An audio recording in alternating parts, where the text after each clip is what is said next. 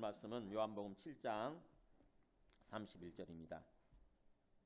요한복음 7장 31절부터 44절까지 신약 페이지 156쪽 156페이지 31절부터 44절까지 여러분 한 절씩 교독하시겠습니다.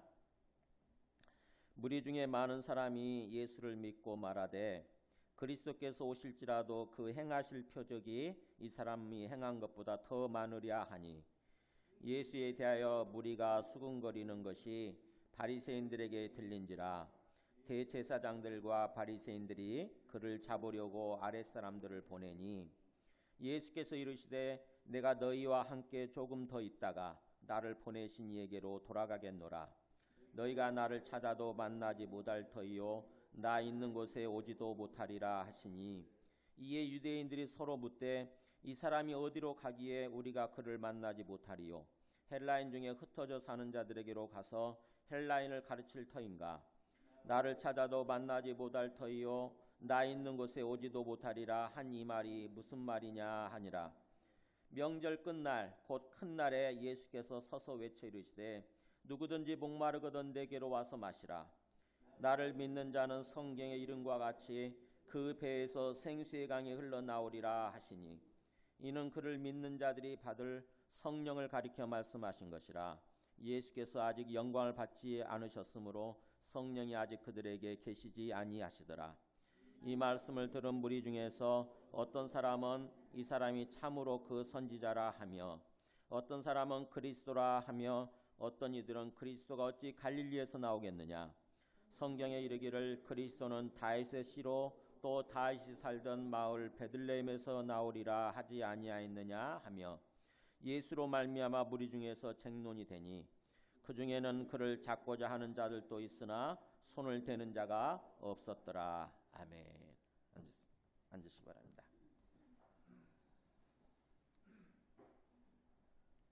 네, 말씀의 의미가 어떻게 좀 깨달아지세요? 읽으시면서 어렵죠, 그죠?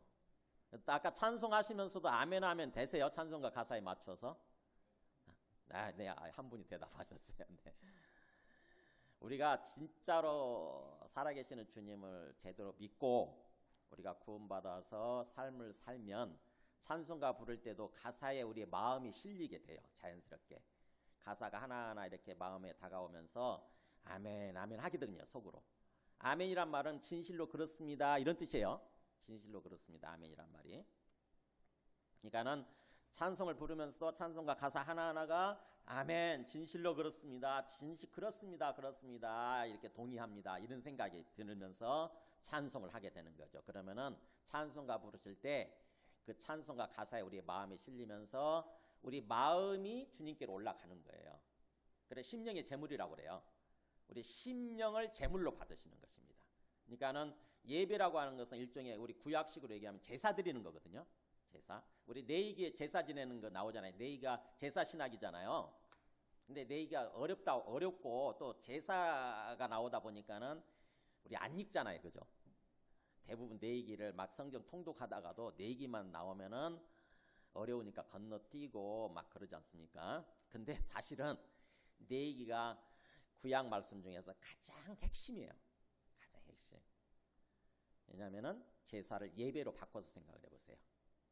그래서 내기가 제사에 대해서 얘기를 해주는 것이 아니라 사실은 예배에 대해서 얘기를 해주는 거거든요. 예배 신학이에요. 예배 신학. 예배 말씀이에요. 그러니까 예배라고 하는 것은 뭐냐? 우리 이렇게 나와서 예배 드리잖아요. 이 예배라는 게 뭐죠?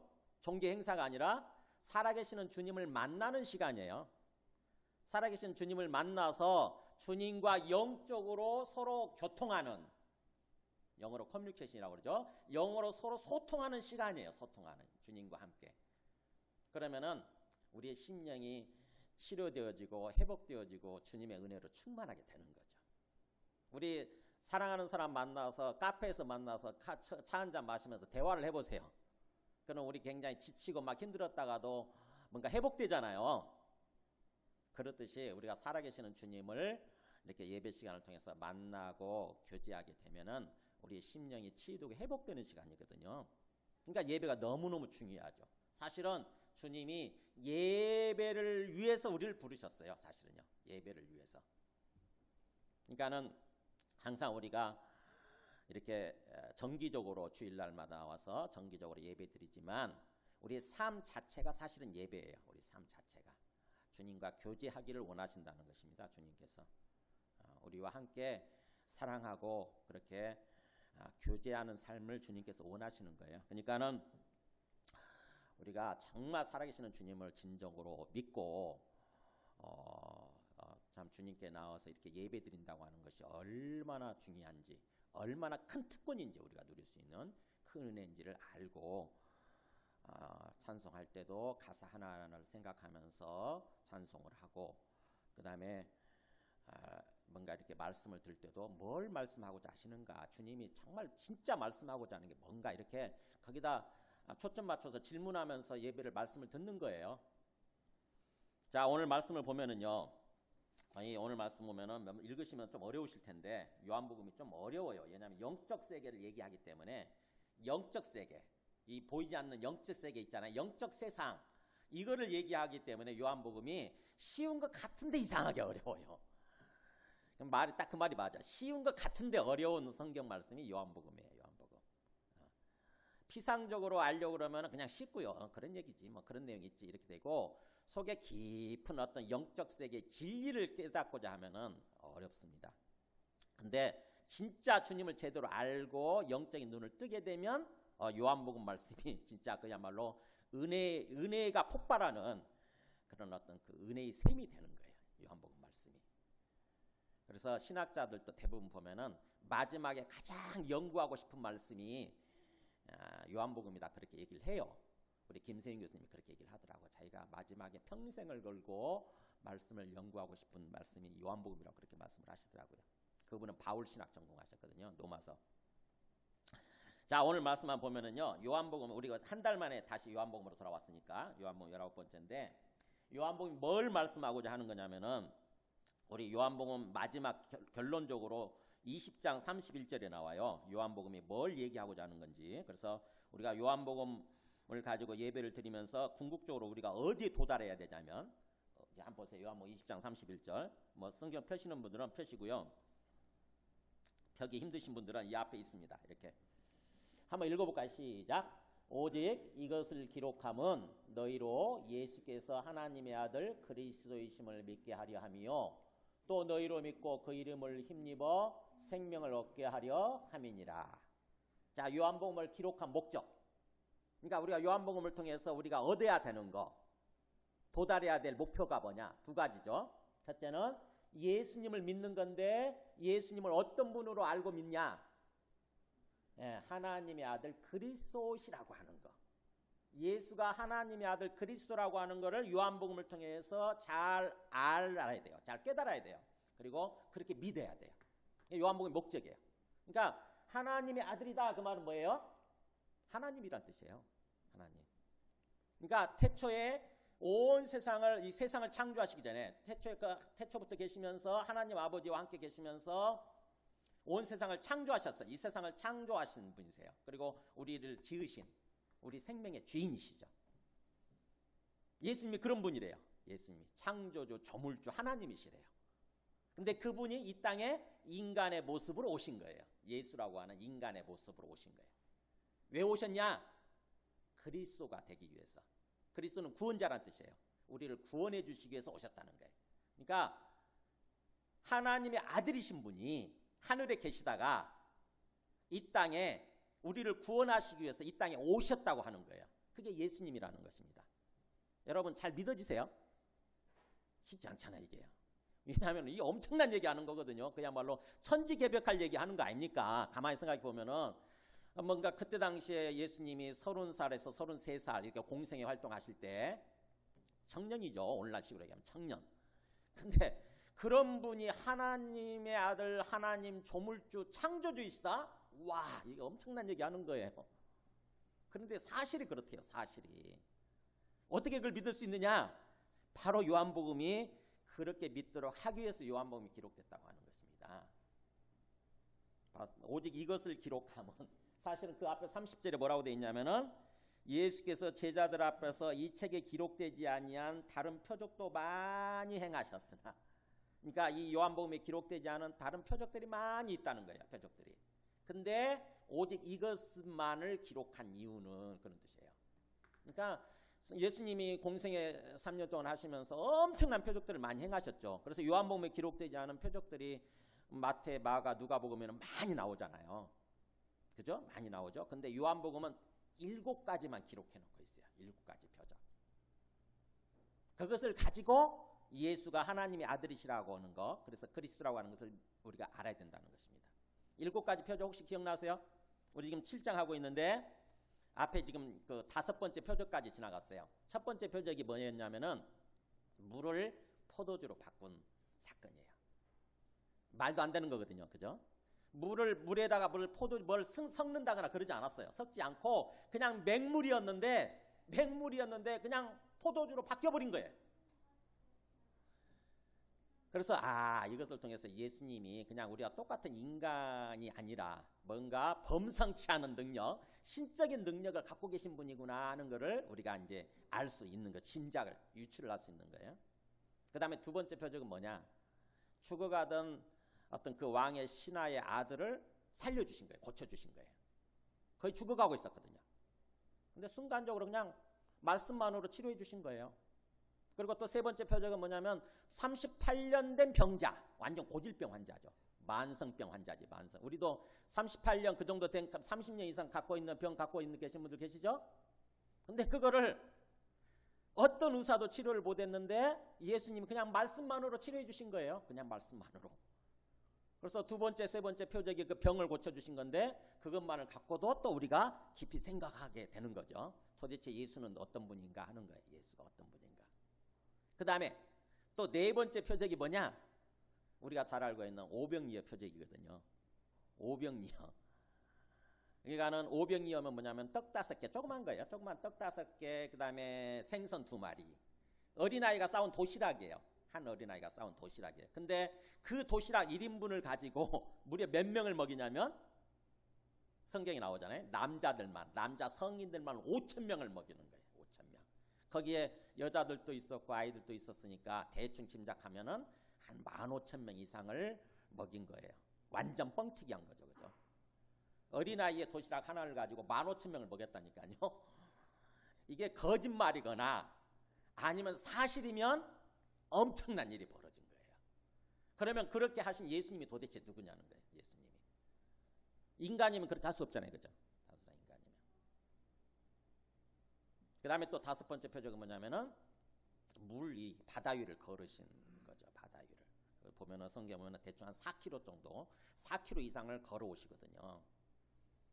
그것도 말도 안 되는 거잖아요. 그죠? 어떤 인간이라면은 바다 위를 걸어요. 그것도 4km씩이나. 그래서 그것을 통해서 예수님이 누구신가 하는 거예요. 거기까지가 우리가 지나온 곳이에요. 5번째 표적까지. 그 다음에 이제 6번째 표적, 7번째 표적을 남겨두고 있는데 6번째 표적은 태어날 때부터 맹인인 사람. 한 번도 눈을 떠본 적이 없어요. 태어날 때부터 장님이고 소경이고 맹인이었던 사람을 또 그냥 예수님이 눈을 뜨게 해주는 거예요. 그것도 말도 안 되거든. 이것도 말이 안 되는 사건이거든. 그 다음에 마지막 7번째 표적은 뭐냐? 잘 아시죠? 뭐예요?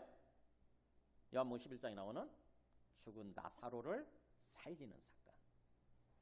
죽은 지 나흘이나 됐어요. 4일이나 됐는데 그 나사로를 살려내요. 막 냄새가 풀풀 난다고 그러잖아요. 시체가 썩어가면서. 근데 그 나사로를 살려요. 나사로야 걸어 나오라. 그러니까 나사로가 붕대를 똘똘 동여맨 채로 이렇게 걸어 나오는 거예요. 이게 말도 안 되는 거잖아요. 그래서 이런 것들을 통해서 이것을 기록한 이유가 뭐냐? 요한복음에 바로 예수가 하나님의 아들이시다. 하나님이시다. 이 땅에 오신 하나님. 그래서 그분이 그리스도 우리를 구원하기 위해서 오신 구원자시다. 이렇게 믿는 거라는 거죠. 이걸 믿도록 하기 위해서 요한복음이 기록됐다고 하는 거예요.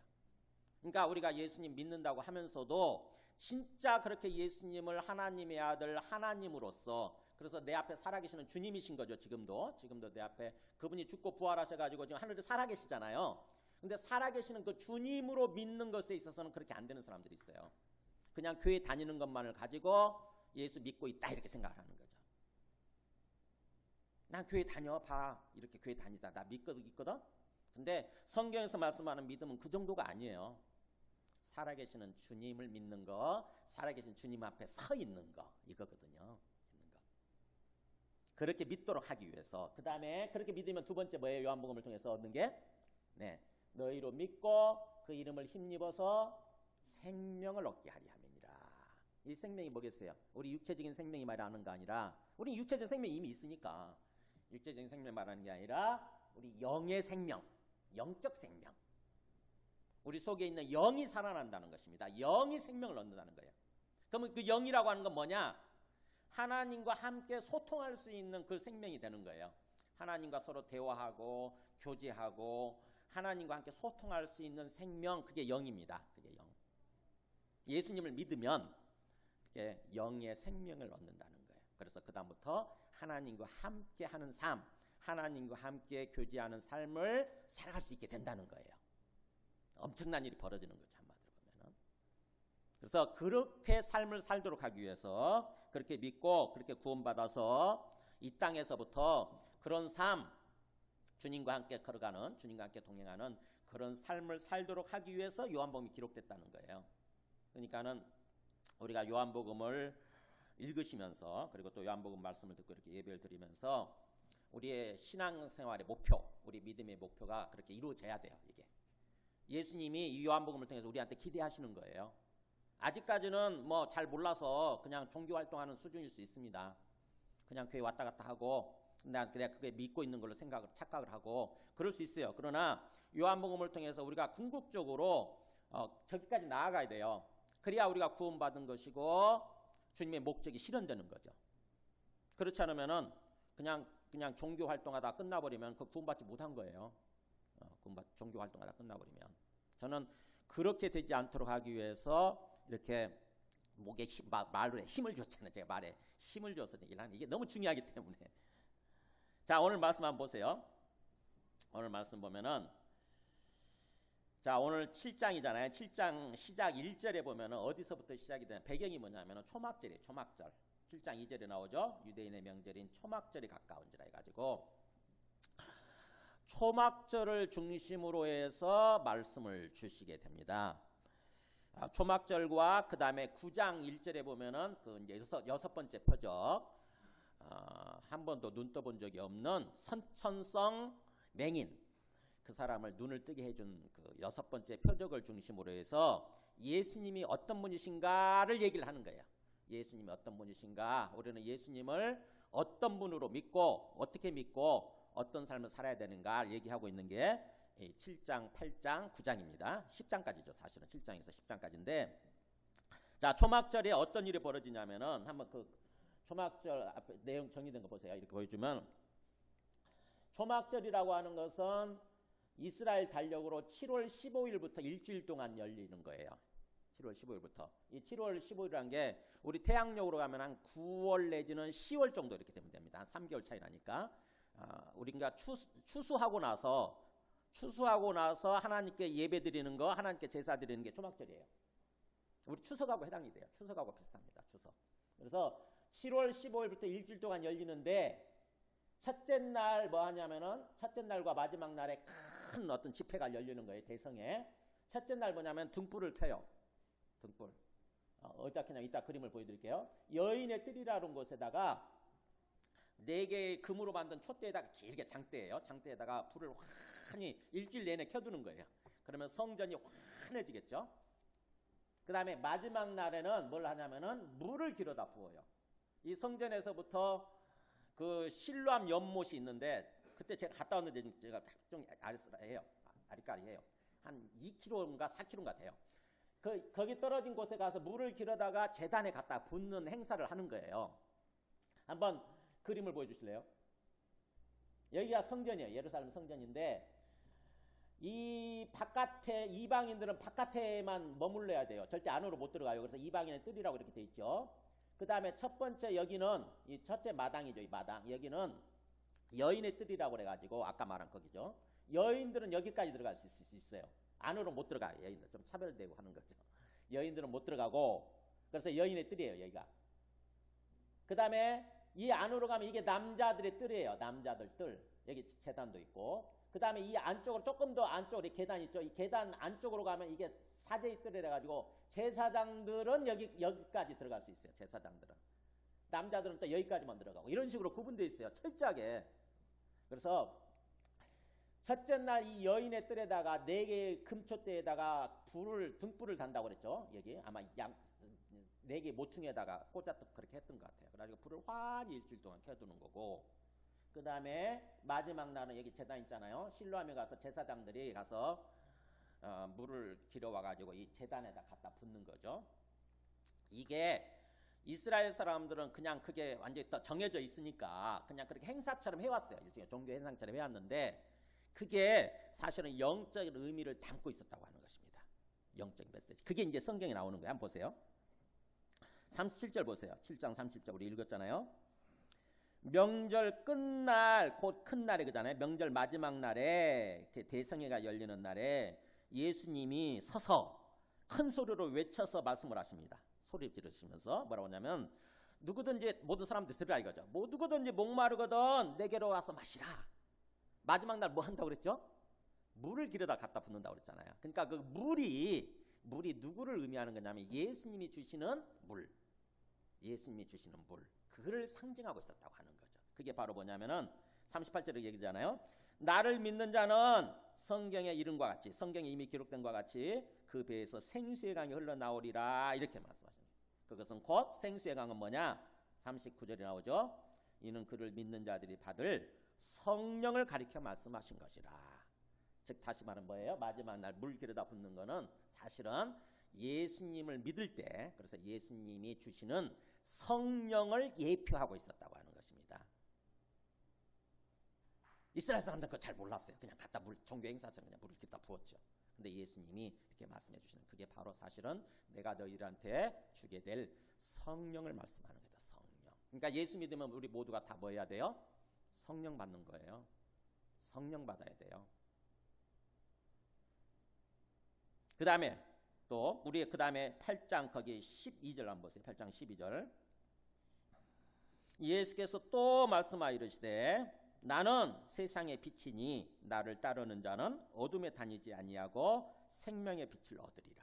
자, 우리 첫째 날 뭐 한다고 그랬냐면은 여인의 뜰에다가 불을 켜둔다고 그랬잖아요. 성전에 환하게 불을 비친다고 그랬잖아요. 그 불이 뭘 상징하는 거냐? 바로 예수님이 우리에게 주시는, 예수님으로 말미암아 우리가 얻게 되는 생명의 빛이에요. 생명의 빛. 생명의 빛. 생명이 뭐냐? 영적 생명의 빛. 영적인 눈을 뜨는 거예요. 영적 생명을 얻는 거예요. 예수님을 믿게 되면. 그러니까 그 나중에 그 6번째 표적 있잖아요. 맹인의 눈을 뜨게 해주지 않습니까? 바로 그것을 얘기하는 거예요. 우리 모든 사람들이 영적인 눈을 떠야 된다고 하는 것입니다. 다시 말하면은 예수님 믿기 전에는 영적 장님들이란 얘기예요. 우리 모두는 영적 맹인들, 영적 소경들, 영적 장님들이에요. 영적 세계를 전혀 알지 못하죠.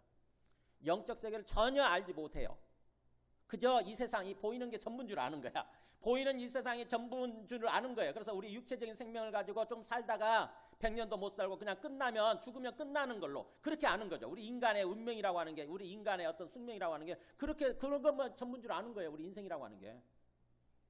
근데 영적인 눈을 뜨게 되면, 그래서 영적 생명을 얻게 되면은 우리 인간이라는 존재가 그런 게 아닌 거죠. 우리 인생이라고 하는 게 그런 게 아닌 거예요. 놀라운 삶을 살아갈 수 있는 거예요. 놀라운 영적 생명의 삶을 사는 거예요. 그것도 나중에 하나님과 더불어서 영원히. 그게 요한복음에서 말씀하는 영생이거든요. 영생. 그래서 이 생명의 빛을 얻는다고 해서 영생의 빛을 얻는 거죠. 그래서 예수님이 이렇게 크게 이 초막절 때 크게 2번의 설교를 하시는데 그 2번의 설교가 바로 이 초막절 행사에 맞추어서 설교를 하시는 거예요. 이게 초막절 행사 때 이루어지는 것들이 바로 사실은 나를 예표하는 거고 또 내가 너희들한테 주는 성령을 예표하고 있었다고 하는 거죠. 그래서 여러분 이 요한복음 말씀을 통해서 또 오늘 말씀을 통해서 나는 예수님을 어떤 분으로 믿고 있는가 한번 점검을 찬찬히 해보세요. 나에게 예수님은 어떤 존재인가 이렇게 예수님이 물으실 거예요. 내가 너한테 어떤 존재냐 이렇게 물으시는 거예요. 너가 나를 믿는다고? 그러면 네한테 있어서 나는 어떤 존재냐 이렇게 물으시면 우리가 대답할 수 있어야 돼요. 이 땅에 오신 하나님의 아들이시고, 그래서 하나님이시고 나의 주님이시고 나의 그리스도이십니다. 이렇게 대답할 수 있어야 돼요. 그게 진짜 믿는 거예요. 그게. 그래서 한번 말씀 보세요. 오늘 말씀 보면은 그렇게 흘러갑니다. 보면은 앞에서 여러 가지 뭔가 예수님이 말씀하시는 것과 표적들을 통해서 그 무리들 중에서 군중들이죠. 31절에 보면은 사람들 중에서 믿는 사람들이 좀 생겨나는 거예요. 그 보세요. 무리 중에 많은 사람이 예수를 믿고 뭐라고 말하냐면 설령 이분이 그리스도가 아니고 진짜 그리스도께서 오신다 할지라도, 그런 뜻이에요. 그게 진짜 그리스도가 오신다 할지라도 그 행하실 표적이, 그리스도가 오시면 행할 표적을 보여줄 텐데 그 행하실 표적이 이 사람이 이 예수가 행한 것보다 더 많겠느냐 이렇게 하는 거죠. 즉 다시 말하면 뭐예요? 예수님이 보여주신 이 행하신 표적이 충분하다고 하는 것입니다. 예수님이 행해 주신 그 표적을 보니까 충분히 이분이 그리스도라고 하는 것을 우리가 알겠다라고 하는 거예요. 알겠다. 그랬더니 그러니까 이 사람들은 영적인 눈이 열리기 시작하는 거죠. 그죠? 예수님을 그렇게 예수님에 대해서 영적 세계에 대해서 눈이 열리기 시작하는 거예요. 그랬더니 보세요. 32절에 예수에 대하여 그렇게 무리들이 사람들이 막 수군거리는 것이 누구한테 들리냐면 바리새인들한테 들어가는 거예요. 바리새인들이 누구냐? 사내들인 공의 지도자들이죠. 즉 유대교 지도자들이에요. 유대교 지도자들. 그 당시에 예수님을 핍박하고 그 다음에 예수님을 결국 죽이는 판결을 내린 그 사람들이죠. 이 사람들이 예수를 절대 안 믿으니까 그 사람들한테 들어간 거예요. 그랬더니 그 사람들이 보세요. 거기 대제사장들과 바리새인들, 이게 사내들인 공의 지도자들 아닙니까?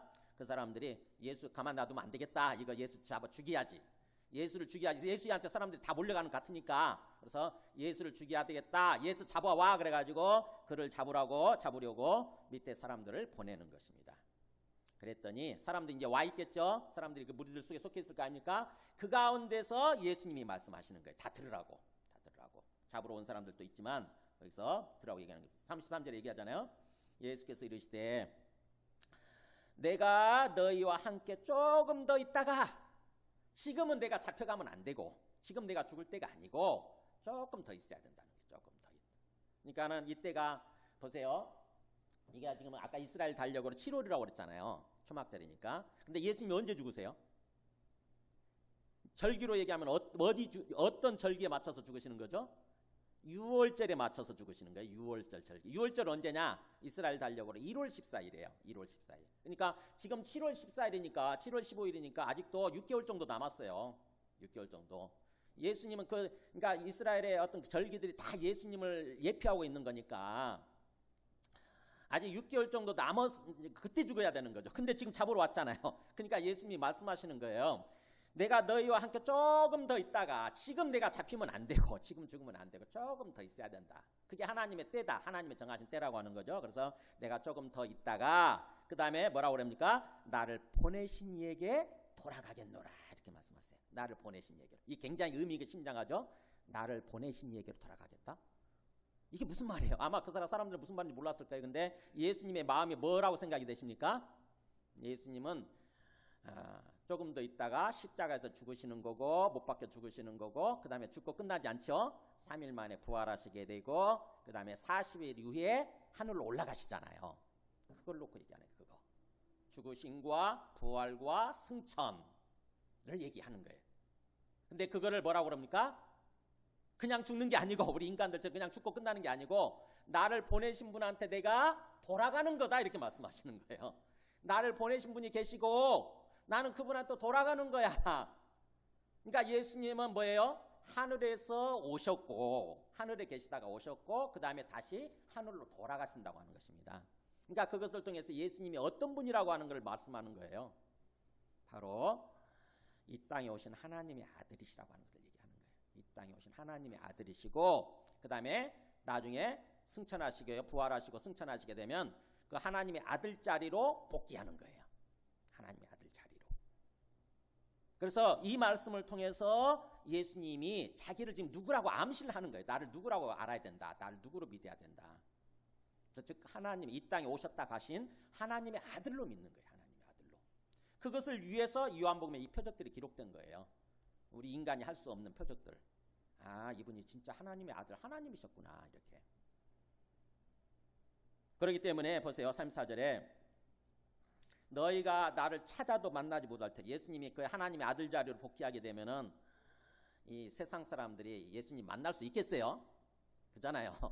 그래서 너희가 나를 찾아도 만나지 못할 거고 나 있는 곳에 너희도 못 와 이렇게 말씀하잖아요. 올 수가 없어. 왜냐하면 근본적으로 본질적으로 다르잖아요. 우리는 인간 피조물일 뿐이고 예수님은 창조주 하나님으로서 계시는 분이니까 우리가 그 앞으로 못 가죠. 앞으로 거기 앞에. 그래서 그렇게 말씀하시는데 그걸 알아들을까요? 못 알아들을까요? 유대인들이. 보세요. 35절에 유대인들이 그 말을 듣고 서로 수근수근합니다. 이게 뭔 소리야? 이 사람이 어디로 가길래 도대체 어디로 가길래 우리가 그를 만나지 못하리오? 헬라인 중에 흩어져 사는 자들에게로 가서 헬라인을 가르치려고 하는가?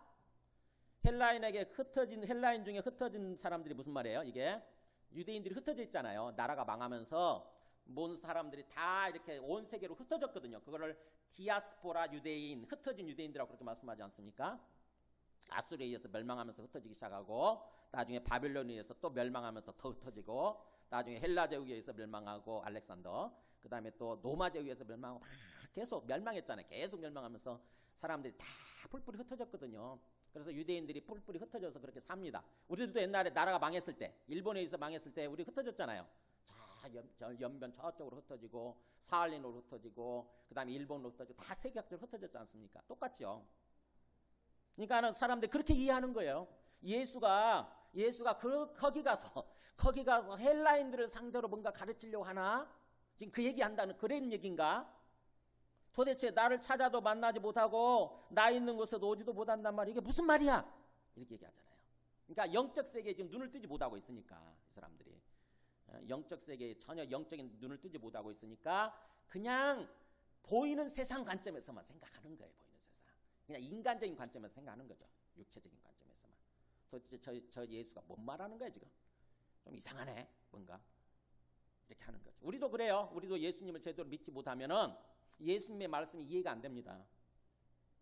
영적 세계를 얘기하고 있기 때문에 말씀이 알듯 말듯 해요. 알듯 말듯. 뭔가 알 것도 같은데 모르겠어요. 그렇게 됩니다. 근데 진짜 예수님을 믿고 영적인 눈을 뜨게 되면 그때 비로소 이 예수님의 말씀이 아멘 아멘 하면서 다가오게 돼요. 요한복음 읽으면서 정말 은혜가 폭발하는 은혜의 샘이 되는 거예요. 은혜의 샘이. 그래서 우리가 예수님을 어떤 분으로 믿냐 이렇게 예수님을 이 땅에 오셨다 가신 하나님의 아들 어떤 그리스도로 믿는 거. 우리 로마서 1장 한번 보여주실래요? 로마서 1장 2절에 자 복음을 얘기하면서 로마서 1장이니까 처음 시작하는 부분이잖아요. 복음에 대해서 얘기를 하고 있는 게 로마서인데 이렇게 얘기해요. 복음이라고 하는 건 뭐냐? 여러분 복음 뭐예요? 제가 한번 질문해 볼까요? 복음 뭐예요? 우선 말뜻부터 한번 생각해 보세요. 복음이란 말이 무슨 뜻이죠? 기쁜 소식. 영어로 good news. 자 그러면 뭐가 기쁜 소식이에요 여러분? 뭐가 가장 기쁜 소식일 것 같으세요? 좀 로또 복권 당첨되는 거? 네 그것도 기쁜 소식이지. 근데 진짜 가장 기쁜 소식이 뭘 것 같으세요? 네 하나님이 우리 안에 오시는 거예요. 하나님이 우리에게 오시는 거. 하나님 모든 것의 주인이시고 모든 것을 갖고 계시니까 하나님을 우리에게 오시게 되면 하나님이 우리에게 오시게 되면 가장 기쁜 소식이잖아요. 그렇잖아요. 그래서 기쁜 소식은 복음이 기쁜 소식이라는 뜻인데 보세요. 성경에 이렇게 나오죠. 그 뭐냐? 하나님이 선지자들을 통해서 그의 아들에 관해서 성경에 미리 약속하신 것 이게 복음이라는 거예요. 이게 무슨 말이에요? 쉽게 요약하면 복음이라고 하는 것은 하나님의 아들 이야기다 이런 뜻이에요. 하나님의 아들 이야기. 그게 선지자들 통해서 구약 얘기죠. 구약의 선지자들 통해서 성경에 미리 기록되어 있다. 이게 복음이라는 것입니다. 그러니까 뭐예요? 하나님의 아들이 이 땅에 오시기로 돼 있는 거예요. 이게 가장 반가운 소식, 기쁜 소식인 거죠. 그러면서 그 복음이 이루어진 거예요. 하나님의 아들이 오신 거예요. 그럼 도대체 누구냐? 하나님의 아들 누구를 놓고 하는 얘기냐? 이렇게 나오잖아요. 그의 아들에 관해서 말한다면 누구예요? 육신으로는 다에서 혈통, 다에서 씨로 나신 분, 다에서 후손 오신 분.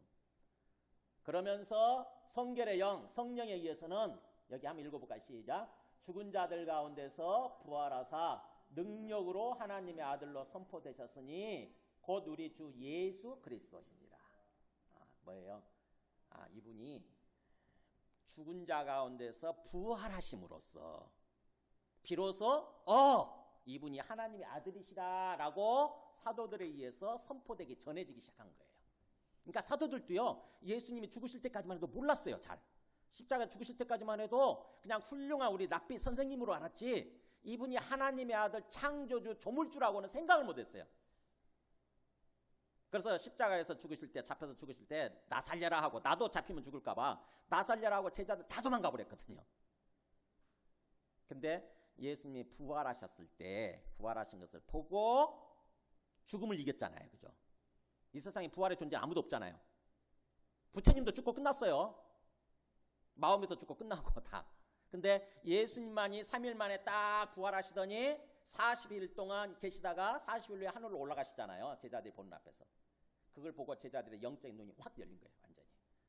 예수는 인간 예수가 아니라 단순히 하나님의 아들이시다. 이 땅에 오신 하나님의 아들이시다. 그래서 그분을 향해서 뭐라고 부르냐면은 주 예수 그리스도 이렇게 부르는 거예요. 예수는 주님이 되신다. 주님가 하나님을 뜻하거든요. 하나님. 예수는 우리 하나님 주님이 되시는 분이시고 그 다음에 그리스도 구원자가 되시는 분이시다. 그래서 주 예수 그리스도예요. 이름이 아니에요. 여러분. 예수님의 이름이 아니고 복음이 뭔가를 얘기해주는 명제예요. 명제. 문장이에요. 예수는 주가 되시고 그리스도가 되신다. 그렇게 믿는 거예요. 그러니까 예수님을 믿되 주님으로 그리스도로 믿는 것입니다. 그분이 지금 어디 계실까요? 이 땅에 오셔서 우리 죄를 위해서 죽으시고 3일 만에 부활하시고 40일 하늘로 올라가셨다고 한다면 어디 계실까요? 지금 여러분 어디 계실 것 같으세요? 하늘에 계시겠죠. 그 하늘이 어디일 것 같으세요? 나중에 우리가 죽으면 가는 곳? 아니요. 성경에 한번 보세요. 사도행전 7장 55절 한번 보여주실래요? 보세요. 스데반이 죽을 때 경험을 합니다. 돌에 맞아 죽어가기 직전에 하나님이 하늘문을 딱 열어주시면서 스데반한테 보여주시는 거예요. 어떤 장면이 펼쳐지나 한번 보세요. 스데반이 성령 충만해가지고 하늘을 우러러 딱 주목해서 보니까 하나님의 영광과 및 예수께서 하나님 우편에 서신 것을 보고, 이 하나님의 영광이라고 하는 것은 영광 가운데 계시는 하나님, 즉 하나님 아버지를 말하는 거예요. 찬란한 빛 가운데 계시는 하나님의 모습이 보인 것입니다. 그리고 이 땅에 오셨다 가신 예수님이 그 하나님 오른편에 서 계시는 거예요. 그걸 보고 스데반이 감탄하면서 이렇게 외칩니다. 소리를 외쳐 보세요. 보라, 와 봐라, 사람들 다 보라 그거죠. 보라, 하늘이 열리고 하늘문이 열렸다. 그러면서 인자가, 예수님이죠. 인자가 인간의 모습으로 오신 인자가 예수님이 하나님 우편에 서신 것을 보노라.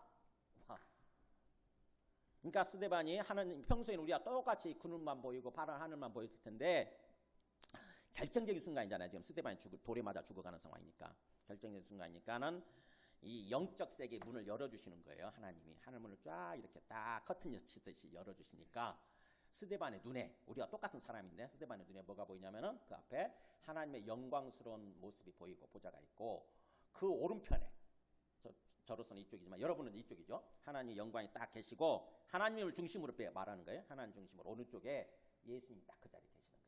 오른편에. 바로 이 모습이 영적 세계의 진실이에요. 영적 세계. 그러니까 스데반한테만 해당되는 게 아니라 오늘날 우리 모두에게도 지금 하늘문을 열어주시지 않아서 안 보일 뿐이지, 하늘문을 열어주시게 되면 어떤 모습이 보이는 거냐면 스데반과 똑같이 가운데 하나님 아버지의 영광스러운 모습이 계시고 그 다음에 그 오른편에 예수님이 계시는 거예요. 주님이. 우리가 예수님을 믿는다고 하는 것은 바로 그분으로 믿는 거예요. 이 땅에 오셨다 가신 하나님의 아들 예수님이 주님으로서 지금 내 앞에 계시는구나. 내 앞에 살아 계시는구나. 그래서 항상 그분을 바라보고 그분 앞에 서 있는 거예요. 그분 앞에. 그래서 히브리서 3장 12절에 이렇게 나와요. 믿음이라고 하는 건 뭐냐? 형제들아, 한번 같이 읽어볼까? 시작. 너희는 삼가 혹 너희 중에 누가 믿지 아니하는 악한 마음을 품고 살아계신 하나님에게서 떨어질까 조심할 것이요. 네. 자 보세요. 너희들 중에 지금 뭐라고 얘기하자면 히브리서 기자가 너희들 중에 조심해라. 조심. 뭐냐면은 상관한 말이 조심하라는 뜻이에요. 너희 중에 혹시라도 여기 있는 사람들이에요. 다 믿는다고 하는 사람들. 혹시라도 어느 순간에 믿지 아니하는 악한 마음, 하나님을 믿지 않는 것입니다. 예수님을 제대로 믿지 않는 거예요. 그 믿지 않는 그게 악한 마음이지, 선한 마음이 아니고 그 믿지 않는 악한 마음 때문에 살아계신 하나님으로부터 떨어질까 조심하라. 그러니까 뭐예요? 믿지 않는 거라고 하는 것은 하나님으로부터 떨어지는 것이고, 그럼 반대로 믿는 건 뭐예요? 살아계신 하나님께 붙어 있는 거예요. 이게 믿음이에요. 이게 믿음. 믿음은 뭐라고요? 성경이 말씀하는 믿음은 살아계신 하나님 앞에 붙어 있는 거, 하나님 앞에 서 있는 거예요. 그러니까 단순히 이렇게 교회 한번 다니는 거, 예배 한번 드리는 거, 이게 믿는 거 아니에요. 여러분 착각하면 안 돼요, 절대로. 우리가 보통 믿음 그러면은 어떤 식으로 생각을 하냐면은 우리 사형리식으로 한번 영접기도 한 거, 또는 이렇게 한번 예배 한번 드리는 거, 이런 걸 가지고 나는 믿고 있다 이렇게 생각하기 쉬운데, 성경이 말씀하는 믿음은 그렇지 않습니다. 성경이 말씀하는 믿음은 항상 내 앞에 살아계시는 주님을 믿고 그 앞에 서 있는 거, 그래서 믿음을 지속하는 거, 이게 믿음이에요. 이게 믿음. 그 믿음이 돼야 돼. 그 믿음이 항상 주님 앞에. 그러니까 주님을 의식하게 되면 주님을 이렇게 바라보게 되겠죠. 어떤 상황이든지, 어떤 상황, 어떤 환경이든지 항상 내 앞에 주님이 살아계시고 그분이 나의 주인이시다, 내 생명의 주인이시고 내 삶의 주인이시다, 이걸 진짜로 믿게 되면 어떻게 되겠습니까? 그러면 내 마음속에 뭐예요? 내 생각을 내려놓게 돼 있어요. 내 생각을 내려놓고 내가 뭔가 좌지우지 하려고 하는 모습 있잖아요. 내가 주관하려고 하는 그 마음을 내려놓게 되고, 오늘 로드십이라고 그러죠. 우리의 주권을 주님께 양도하는 것입니다. 주님이 살아계시고 그분이 주인이시니까 주님께 양도하는 모습으로 살려고 하는 거예요. 근데 믿지 않는 모습은 주님을 진짜 살아계신 주님을 안 믿게 되니까 내가 주관하려고 하게 되는 거죠. 내가 뭔가 내 인생 내 마음대로 막 내가 주관하려고 하는 거예요. 그러면서 항상 내 뜻대로 안 되니까 근심하고 걱정하고 염려하고 두려워하고, 항상 마음이 쫓기고, 이러다 어떻게 되지? 이러면 어떻게 될까? 내 인생 망하는 거 아닐까? 내가 죽는 거 아닐까? 이런 생각 항상 하게 돼 있고, 또 사람들과의 관계에 있어서도 항상 내 뜻대로 안 해주잖아요, 사람이. 그러다 보니까 그 사람에 대해서 항상 미워하고 원망하고, 그 다음에 판단하고 정죄하고, 이런 모습으로 살게 돼 있어요. 근데 주님이 살아계시고 나의 주님이시라고 하는 것을 진짜로 믿는다고 한다면 그런 마음을 다 내려놓는 거예요. 어차피 내 뜻대로 안 되고 주님이 역사하셔야 주님 뜻대로 되게 돼 있는 거니까 그런 삶을 살게 되는 거죠. 그래서 우리의 믿음이 진정으로 살아계시는 주님 앞에 서 있는 거, 이게 믿음의 핵심입니다. 이게 믿음의 핵심. 여러분 너무너무 중요한 부분이에요. 이 부분이. 살아계신 주님 믿고 살아계신 주님 앞에 서 있는 거, 스데반처럼 항상 살아계신 주님 앞에 서 있는 거. 어떤 상황이라 할지라도, 어떤 문제가 있다 할지라도. 제가 요즘 우리 아프신 권사님들 신방을 많이 가거든요. 근데 가서 보면은 체크를 해보면은 또 그 살아계신 주님 앞에 껴있지 않으시더라고.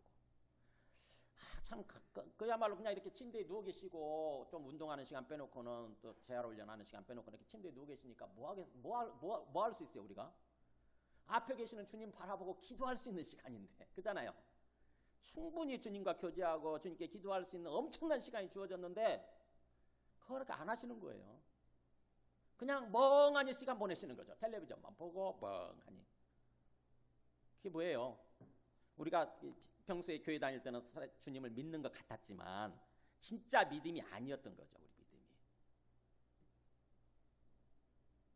그래서 제가 권사님들한테 가서는 다른 얘기 안 해요. 아까 우리 사도행전 7장 55절 56절 말씀하고 히브리서서 3장 12절 말씀만 들려드리고, 권사님 주님이 지금 어디 계세요? 이렇게 물어요. 주님이 어디 계세요? 바로 권사님 앞에 계세요. 권사님 앞에. 안 보일 뿐이지 권사님 앞에 계세요. 그러니까 주님이 권사님께 지금 뭔가 기도하기를 원하신다고요. 교제하기를 원하시는 거죠. 기도하세요. 내 몸도 치료해달라고 기도하고.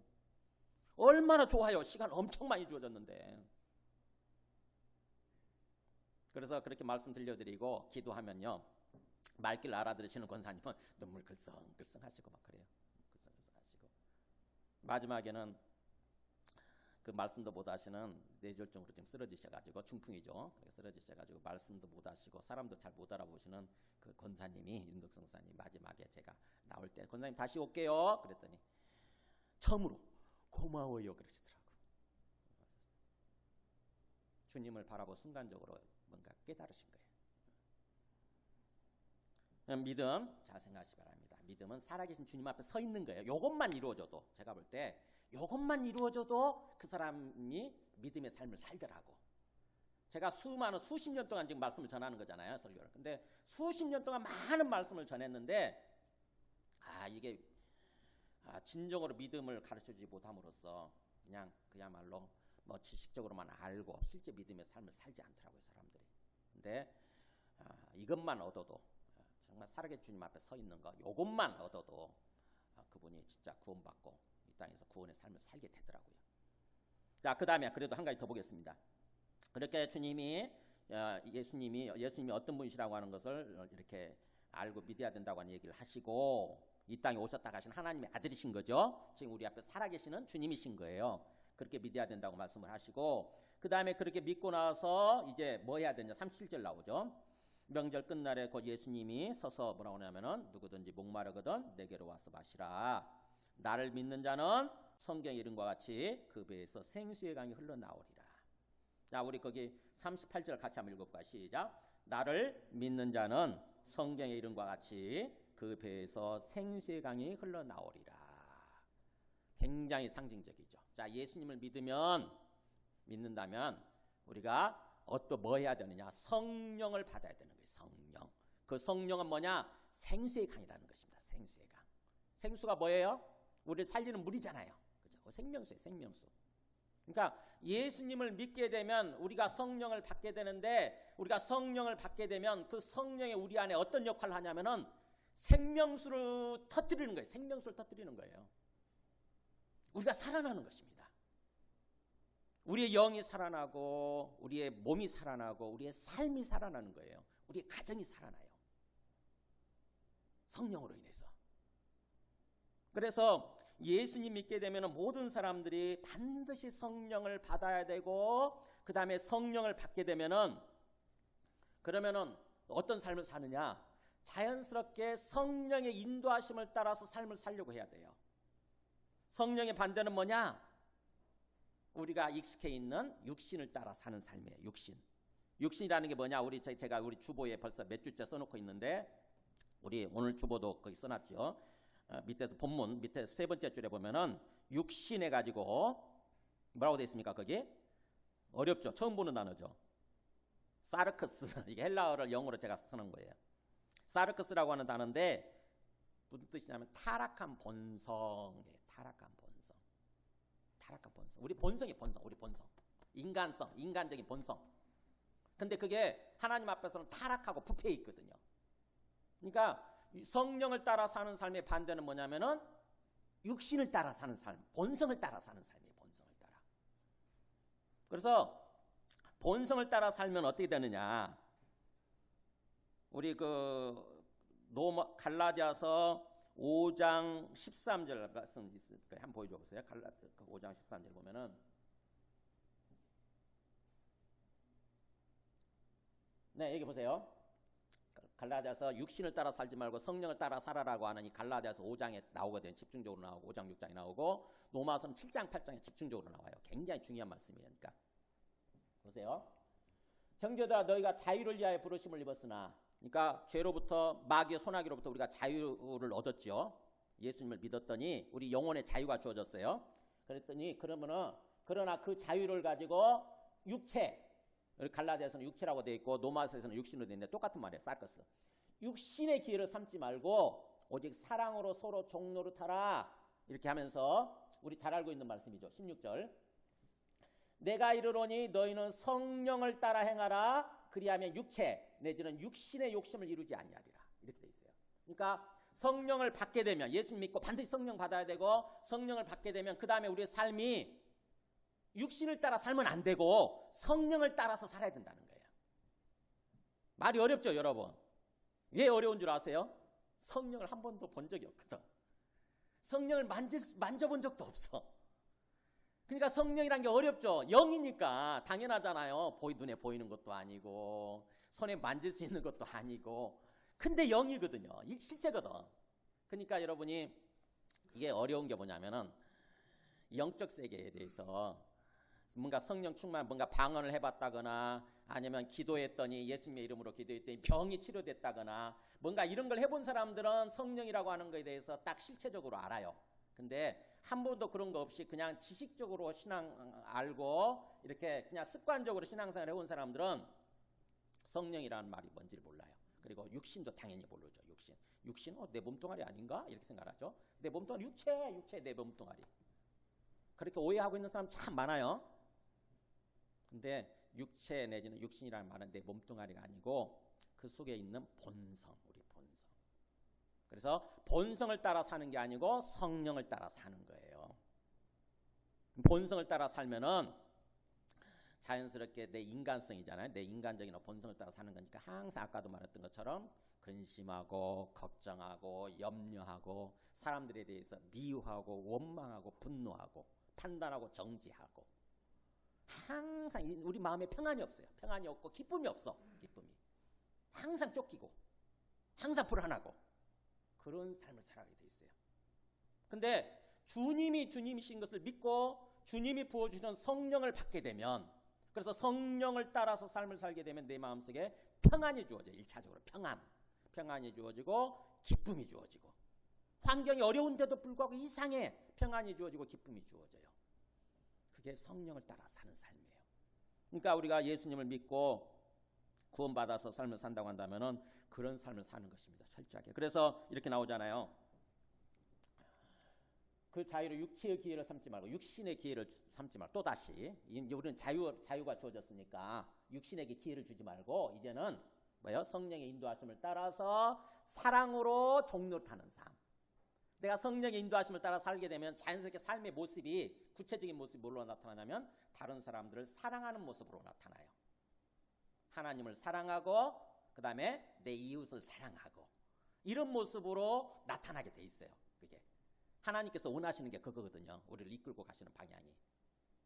근데 아직 내가 그런 거 잘 모르겠다. 예수님 내가 믿지만 난 예수 믿으면 죽어서 천국 가는 줄만 알았지 다른 건 모르겠다. 그래서 예수님을 그야말로 내가 죽어서 천국 가기 위해서 오직 예수 믿는다 이렇게 생각하는 사람들은 자기중심적으로 삶을 삽니다. 나밖에 몰라요. 지극히 이기적이고 내중심적인 삶. 그러니까 영적으로 어린 거죠. 아직 영적으로 굉장히 어린 거예요. 우리 어린아이들 아시죠? 어린아이들 키울 때 보면은 우리 다나 정도 보면은 자기중심적이에요. 다나가 아이고 부모님 은혜에 감사합니다. 내가 부모님을 위해서 뭐 하겠습니다. 이렇게 얘기하는 거 들어봤어요? 그래 안 하잖아. 아직 어리기 때문에. 어린일 때는 자기중심적일 수밖에 없어요. 영적으로도 마찬가지예요. 영적으로도 예수님을 믿지만 어린 사람들은 자기중심적이에요. 이기적이에요.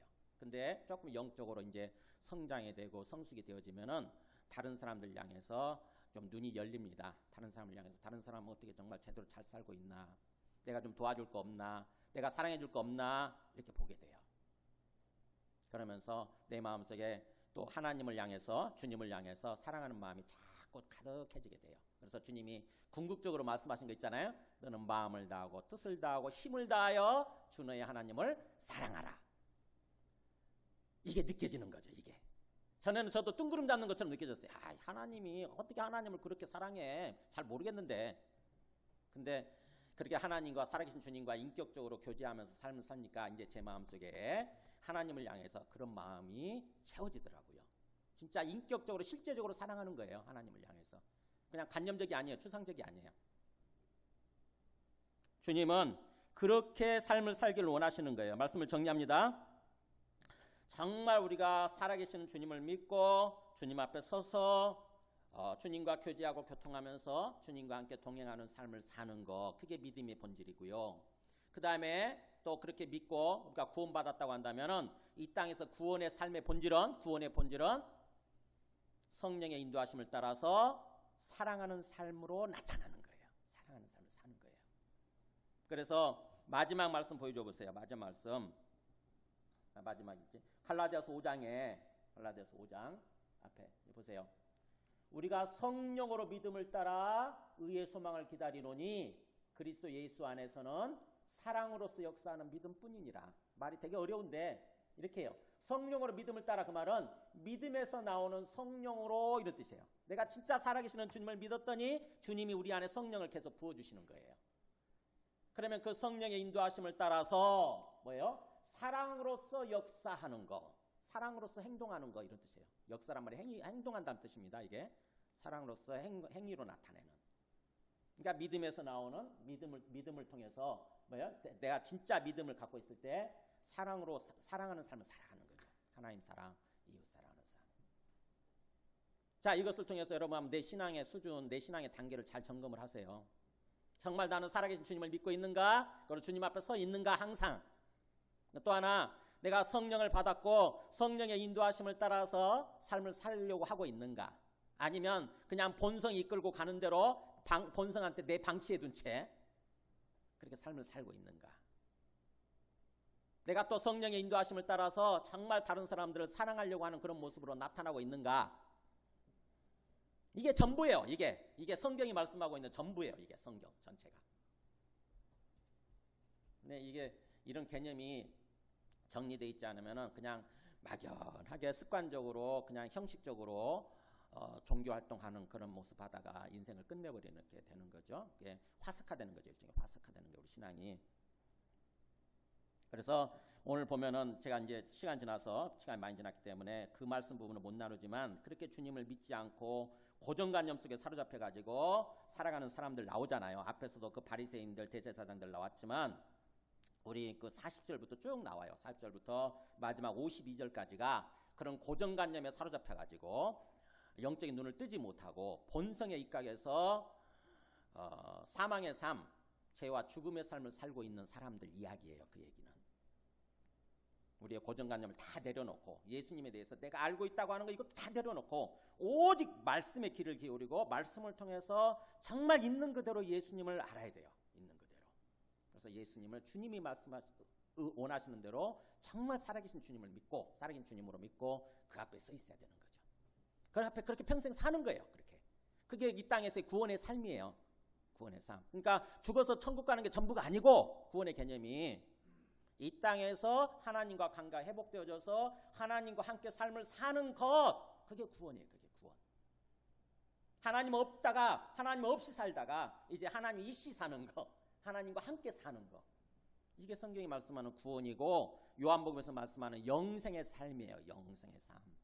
그러니까 영생도 우리가 한쪽 측면만 알고 있죠. 죽어서 영원히 죽지 않는 거, 죽어서 우리 영원히 죽지 않는 거, 영원히 사는 거, 이걸 영생이라고만 알고 있는데 요한복음에서 말씀하는 영생은 그게 아니라고요. 요한복음 17장 3절에 나오죠.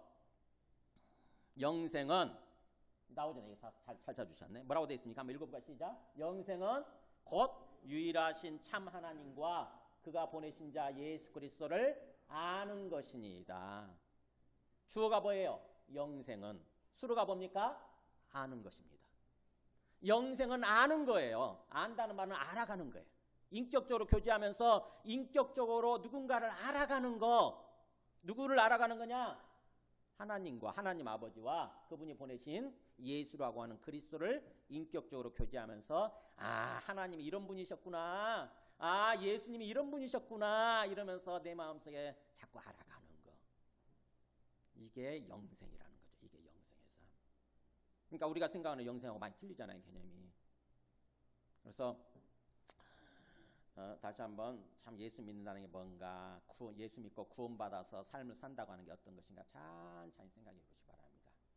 그래서 우리 개념이 제대로 맞춰져야 주님이 원하시는 우리가 구원을 받고 이 땅에서 구원의 삶, 참으로 주님 안에서 기쁘고 평안하고 행복한 거죠. 행복한 삶, 사랑이 넘치는 삶, 이런 삶을 살다가 죽으면 자연스럽게 가겠죠. 자연스럽게 하나님 계신 곳으로 우리 영혼이 가겠죠. 근데 그거는 결과적으로 가는 거지. 내가 어떤 그 붙들고 거기 가야지. 내가 죽어서 천국 가야지라고 어떤 그 부들부들 애쓴다고 해서 가는 게 아니거든요. 그게. 그냥 이 땅에서 예수님 믿고 잘 살면 돼요. 제대로 살면 자연스럽게 가는 거예요. 초점이 이 땅에서의 영생의 삶을 사는 거, 이 땅에서의 구원의 삶을 사는 것에 맞춰져 있다고 하는 것입니다. 성경이 말씀하는 구원은. 근데 우리는 굉장히 초점을 잘못 맞추고 있는 거죠. 그래서 엉터리의 삶이 되는 거예요. 많은 사람들이 예수 믿는다고 그러지만 그 사람의 인격이나 삶의 모습을 보면 엉터리잖아요. 세상 사람들하고 똑같아. 어떤 때는 세상 사람들보다 더 못해. 어떤 때는 보면은. 조금 영적인 지식을 가지니까 머리가 교만해지죠. 뭐 좀 알니까. 그러다 보니까는 더 교만한 모습으로, 더 세상 사람들보다 더 악한 모습으로 사는 사람들이 많아요. 교회 다니는 사람들 중에.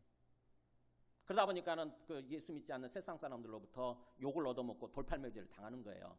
뭐 개독교라는 둥, 잡사라는 둥, 먹사라는 둥 그러잖아요. 저는 마음이 아파요. 그런 얘기를 들을 때. 우리 잘못이다 이런 생각을 하거든요. 우리가 잘못 보여줘서. 우리가 제대로 못 믿어서. 우리가 제대로 못 믿고 제대로 살지 못해서 저들로부터 그런 얘기를 듣는구나 이런 생각이 드니까 참 마음이 아파요. 그리고 목사로서 저희 책임인 것 같기도 하고 제대로 복음을 제대로 잘 전하지 못해서. 제가 요즘 2단 사역을 하고 있거든요. 2단에서 빠져나오는 지난주까지 1216명 정도가 빠져나왔어요. 신천지에서. 근데 그 사람들의 상담을 계속 하거든요. 그 사람들이 얘기를 들어보면은 그거더라고. 결국 복음을 잘 몰랐던 거예요. 진짜 복음을 잘 믿지 못하다 보니까는 엉뚱한 걸 받아들여가지고 그렇게 2단에 빠져버리는 거죠. 그 사람들이 나중에 나와서 정말 어떻게 해야 될지 모르겠다고 그래요. 교회를 가도 제대로 복음 전해주는 데 없고. 우리가 어쨌든 말씀을 통해서 내 생각, 고정관념 다 내려놓고 육신적인 생각이거든요. 그거 다 내려놓고 예수님이 누구신가에 계속 질문해 보시기 바랍니다. 예수님 도대체 누구라는 거야? 예수님 도대체 어떤 분이라는 거야? 이 땅에 오셨다 가셔서 하늘에 내 앞에 살아계시는 주님, 살아계시는 하나님, 살아계시는 주님. 그 앞에 서 있는 거예요. 그 앞에. 그래서 성령을 받아서 성령의 인도하심을 따라서 주님과 동행하는 삶을 사는 것입니다. 우리 함께 찬송하고 기도하겠습니다. 찬송가 288